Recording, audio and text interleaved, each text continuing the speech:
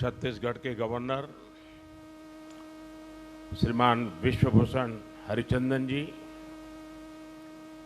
मुख्यमंत्री श्रीमान भूपेश बघेल जी, केंद्रीय मंत्रिपरिषद के मेरे सहयोगी भाई नितिन गडकरी जी, मनसुख मांडविया जी, रेणुका सिंह जी, राज्य के उप मुख्यमंत्री श्रीमान टी.एस. सिंहदेव जी, भाई श्री रमन सिंह जी, अन्य महानुभाव, देवी और सज्जनों,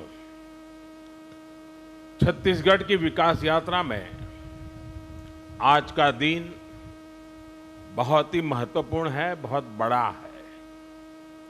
आज छत्तीसगढ़ को 7,000 करोड़ रुपए से अधिक की परियोजनाओं का उपहार मिल रहा है।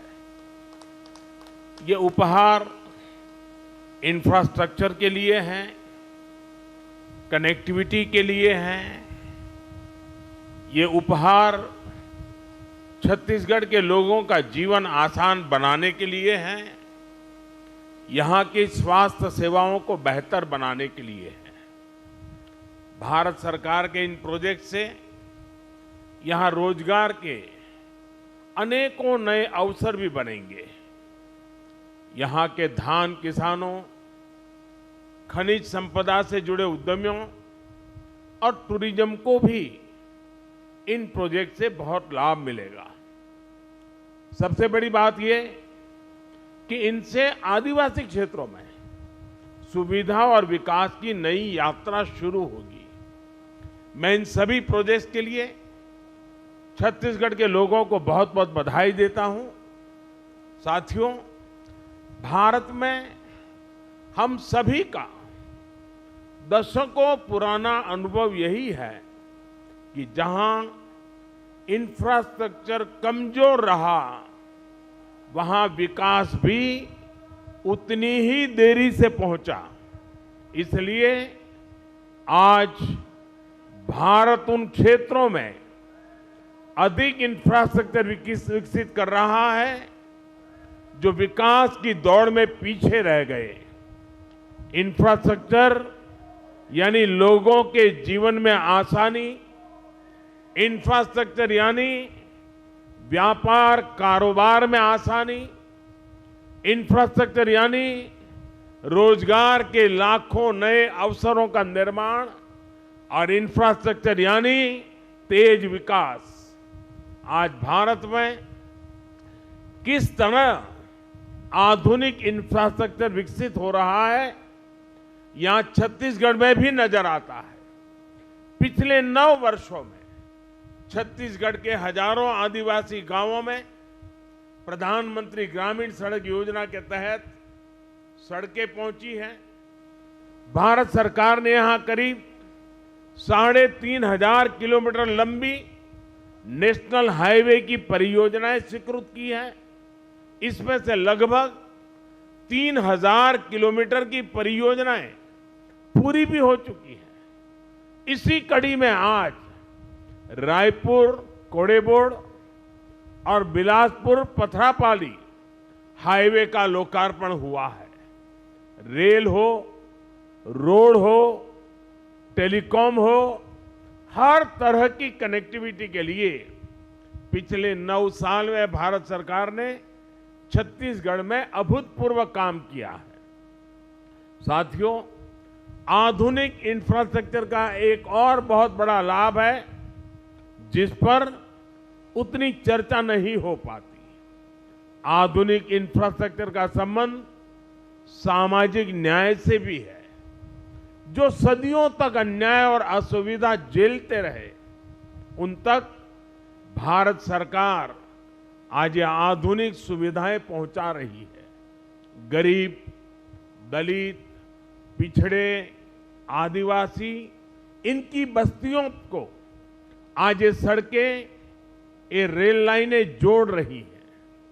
इन दुर्गम क्षेत्रों में रहने वाले मरीजों को, माताओं बहनों को आज अस्पताल पहुंचने में सुविधा हो रही है। यहाँ के किसानों, यहाँ के मजदूरों को इससे सीधा लाभ हो रहा है। इसका एक और उदाहरण मोबाइल कनेक्टिविटी भी है। 9 साल पहले छत्तीसगढ़ के 20% से ज्यादा गांवों में किसी तरह की मोबाइल कनेक्टिविटी नहीं थी। आज ये घटकर लगभग 6% रह गई है। इनमें से अधिकतर जनजातीय गांव है, नक्सल हिंसा से प्रभावित गांव है। इन गांवों को भी अच्छी 4G कनेक्टिविटी मिले, इसके लिए भारत सरकार 700 से अधिक मोबाइल टावर लगवा रही है।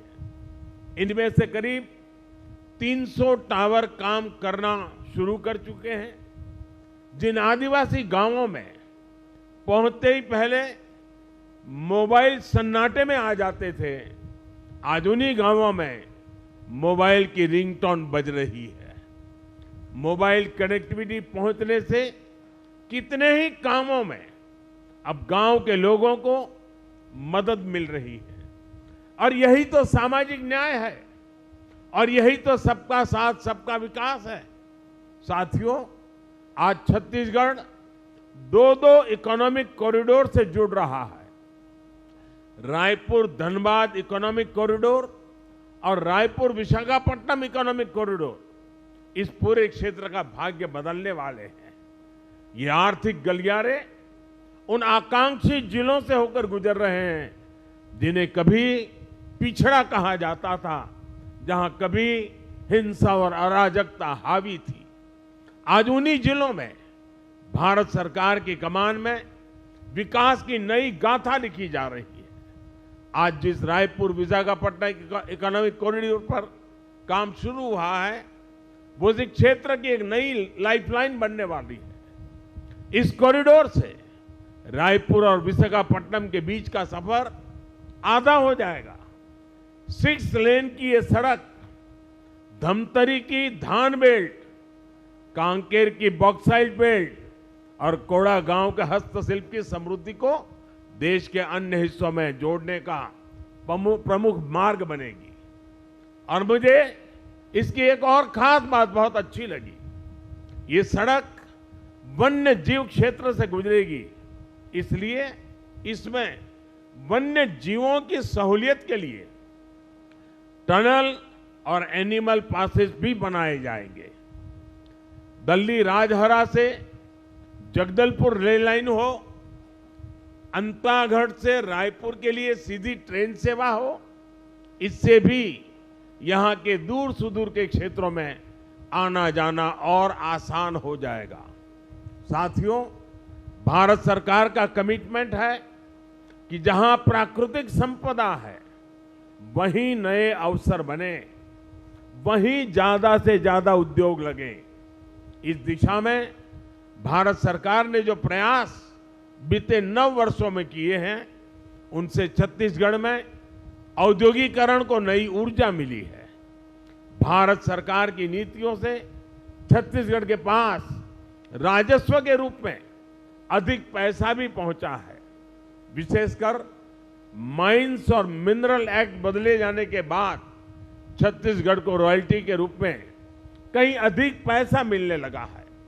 2014 से पहले के 4 वर्षों में छत्तीसगढ़ को 1300 करोड़ रुपए रॉयल्टी के तौर पर मिले थे, जबकि 2015-16 से 2020-21 के बीच छत्तीसगढ़ को लगभग 2800 करोड़ 2800 करोड़ रुपए रॉयल्टी के रूप में मिले हैं।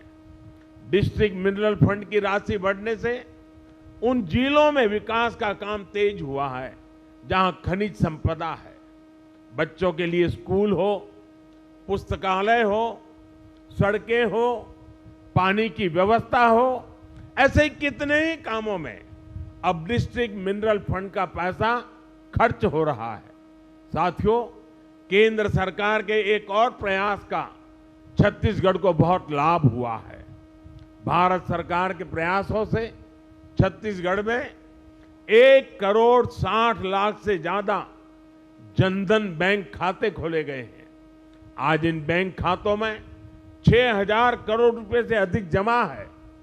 ये उन गरीब परिजनों, उनके परिवारजनों, किसानों, श्रमिकों का पैसा है जो पहले यहां वहां अपने पैसा रखने के लिए मजबूर थे।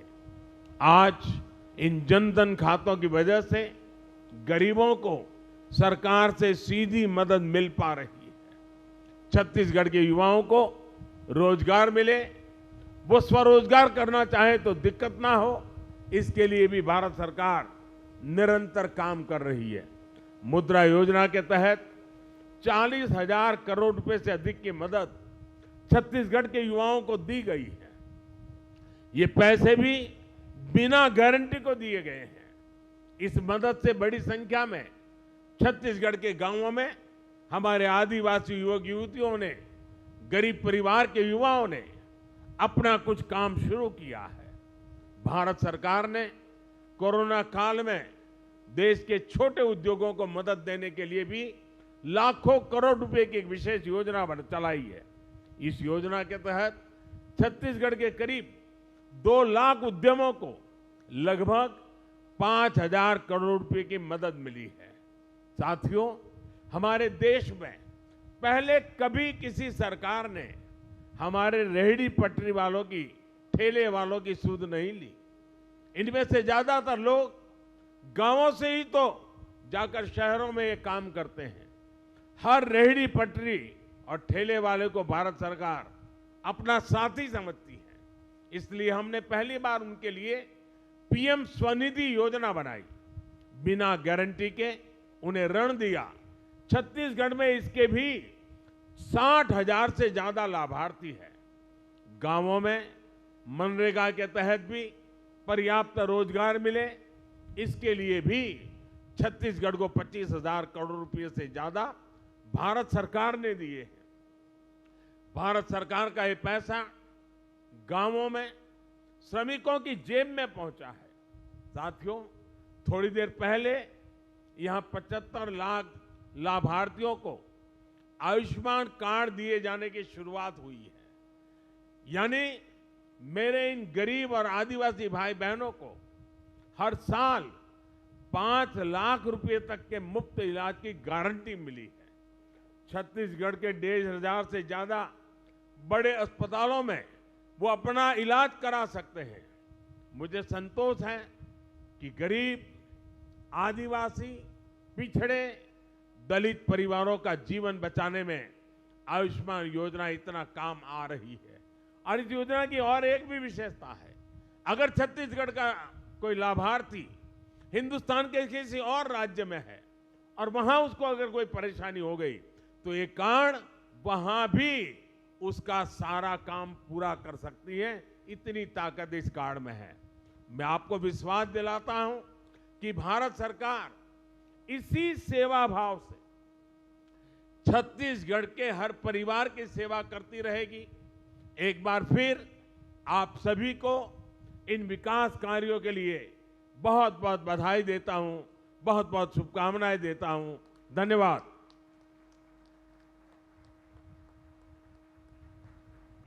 आपके ओजस्वी उद्बोधन के लिए आभार मान्यवर। आपका हर शब्द राष्ट्र